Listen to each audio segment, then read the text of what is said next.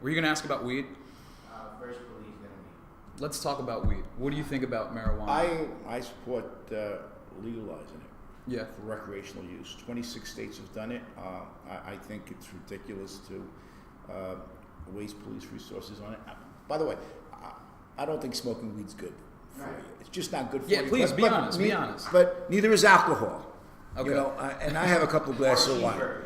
Yeah, or cheeseburgers. Yeah. But to continue to make marijuana illegal makes no sense at all. We could tax it and regulate it like alcohol, actually put people to work on it, and obviously you can't walk around drinking in the streets, and you can't walk around smoking weed a in the joint. streets. Yeah. But I'm agree with I'm that. on the record. Cory Booker, the senator from New Jersey, just proposed national legislation to allow states to legalize marijuana, and I support it. We just Part of had a that press release. legislation says, I believe it's along the terms of releasing people with who are currently incarcerated with marijuana-related offenses. Yeah. What do you think about that? Of course, yeah.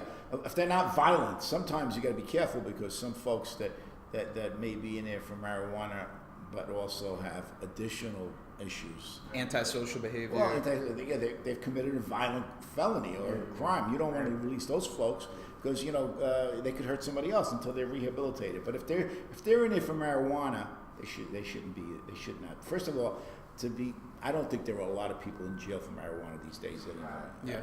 In New York City, they're issuing summonses now. They're not really locking For the past, people up. yeah, I think I mean, the past unless you're selling the stuff. Yeah, right. If you're selling the stuff, it's different.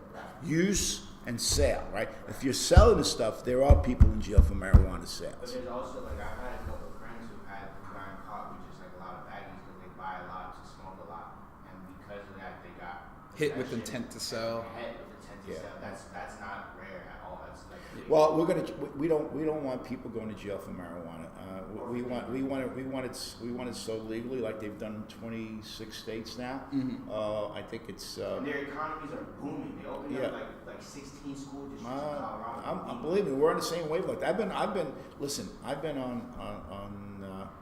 the legalization kick for a number of years. Mm-hmm. I mean, I spent 5 years in junior high school working with kids who were experimenting with drugs. The whole drug scene I'm very familiar with. And there's so much worse out there that should actually be a lot more regulated by law. Like opioids are disgusting. Yeah, the legal drugs are more dangerous than marijuana.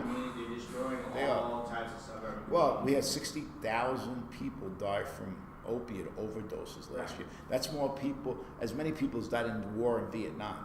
In 1 year, 59,000 people have died from opiate overdoses. And a lot of it is related to doctors writing prescriptions. Oh, right. And I got over it. Oxycontin and what's that? When I was a kid, I got over it in a bunch of ADHD medicine that I didn't get.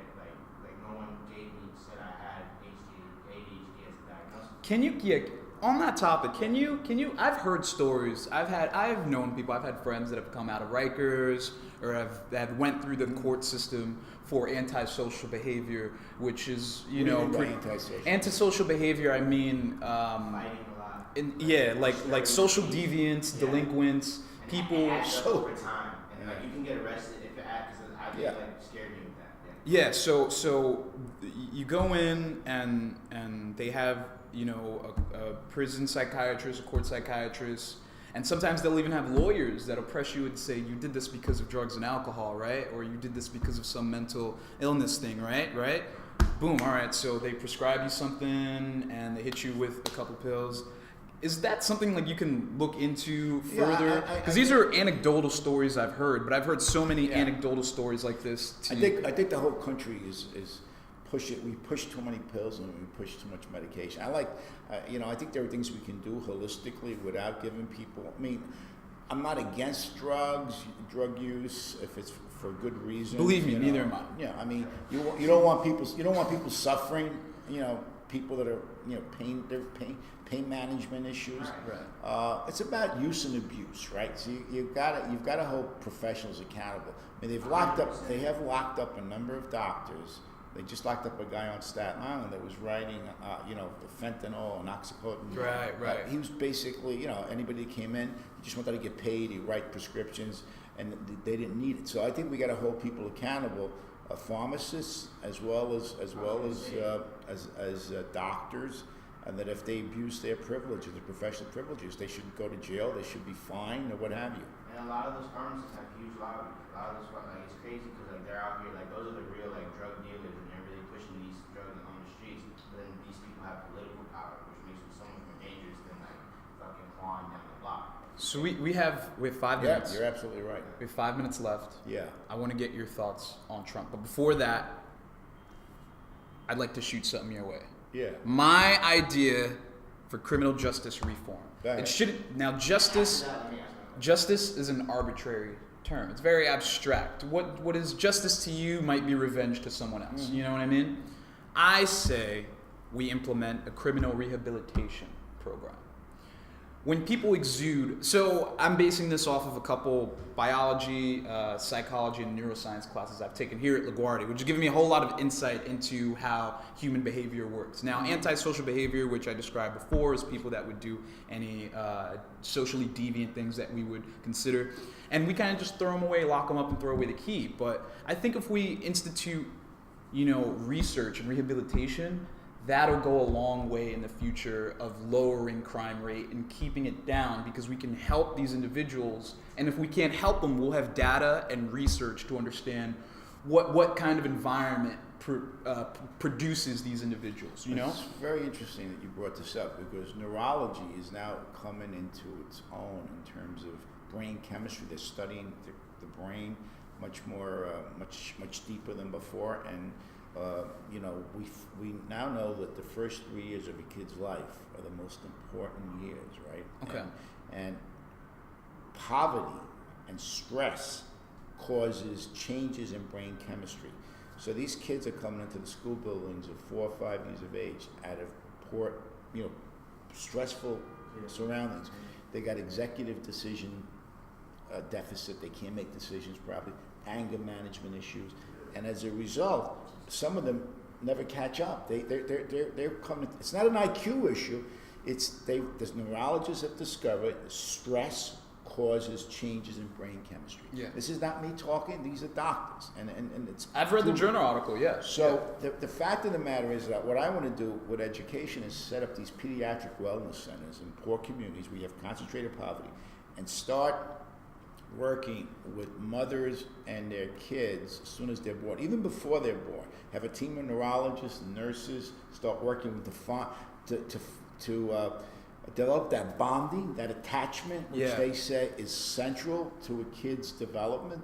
But they need help, they need guidance, and they need to minimize the stress in those homes, and that will go a very, very long way. There are some pilot programs across the country that have been very effective. Yeah. That's one of my objectives. When you look at my website, voteforsal.com, you'll see my pediatric wellness clinic proposal, which I think is important, because a lot of these kids who get into trouble in school have had these brain chemistry issues. Yeah, I mean, I have a friend who is a teacher's assistant at a school in South Ozone Park. And he tells me these stories, man. These children, they come in with so much baggage that. I'm sorry? Is he? No. It's an actual school, like it's an actual elementary school, but he works with a specific group of kids who just come with baggage. I mean, you don't know what their home is like, what their parents are like, what their parents have been through. When I was a guidance counselor, when I worked as a counselor in Dewey Junior High School in Brooklyn, and I started working with these kids who were beginning to experiment with drugs, and they described their home environment. I was shocked that they were functioning as well as they were functioning. One young lady, her father was an alcoholic. He would light the mattress on fire when she was sleeping. I mean, these kids come from terrible dynamics, background, and they're damaged as a result of it, not because of any deficit on their part. Just they were born into a stressful environment, and then of course they wind up getting in trouble in school. They wind up in the criminal justice system, we got to try and reverse that. It's about education. It's about early childhood education, real early childhood education, jobs. And don't neglect the foster care system. The New York City foster care system produces a lot of the homeless people that we see on the streets today. The transition between foster care and you becoming too old, or them just leaving and running away because there isn't enough social workers to help them. I think when we invest in the CUNY system more, I mean, I know so many people that are here and they're going to school for psychology, or they're majoring and they want to be psychologists and things like that, and they can't get jobs. But I think if we do more research programs, more people, behavioralists, why can't a behavioralist become a social worker? Or I think if we just expand social welfare in the city, it'll go such a long way in the crime rate. I still think the key is education and jobs. Right, good living wage jobs, not jobs that pay $8 an hour. True. And that enhances people's self-esteem. I mean, and a lot of us are self-esteem issues, right? Kids come into school, they feel inferior, not because they are inferior. It's just it's just what happened in their environment. And if we can have a system where we work with these kids very early on, and also have really good first of all, guidance counselors in our schools.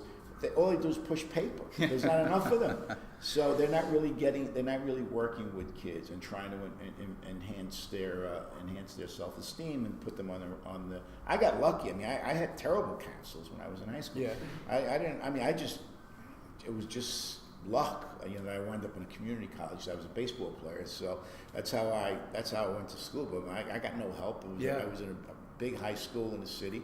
Nobody sat down with me, and they didn't know my father was disabled. My mom was a garment worker. We had no money. Nobody gave us any guidance. It was just, I got serendipity. I got lucky. But a lot of kids don't get lucky. They fall between the cracks.